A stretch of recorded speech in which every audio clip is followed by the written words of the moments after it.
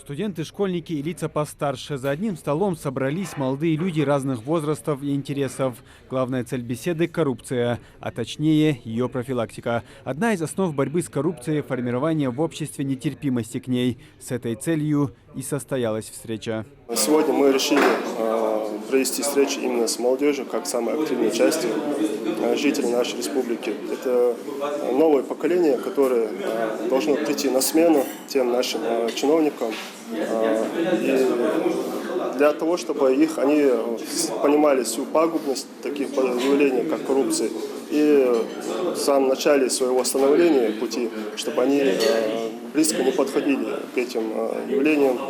Взятки нельзя ни давать, ни брать. Наверное, нет людей, которые не знают, что ответственность наступает в обоих случаях. Но как быть, если взятку требуют? Также поднимался и этот вопрос. Обучить молодежь правовой грамотности в вопросах профилактики коррупции. Для этого здесь все и собрались. Мы надеемся, что поговорив с молодежью, с представителями администрации и других приглашенных, мы сможем понять, какие у нас в населении есть моменты, которые волнуют каждого. К примеру, сегодня мы обсуждали поборы в школе, как они ведутся ли они вообще. И поговорив напрямую с людьми, мы понимаем, насколько глобальная проблема и как с ней можно бороться.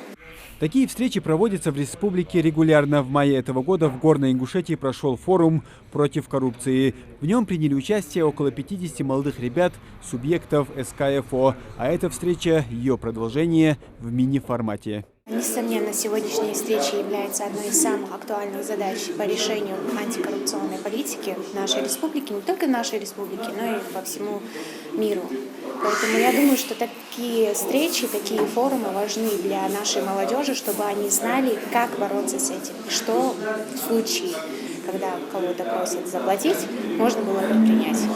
Также на встрече обсуждали и проблемы с коррупцией в детсадах, школах, муниципальной службе. Говорилось и о путях их решения. Муслим Ганиев, Асхаб Билакиев, Новости 24.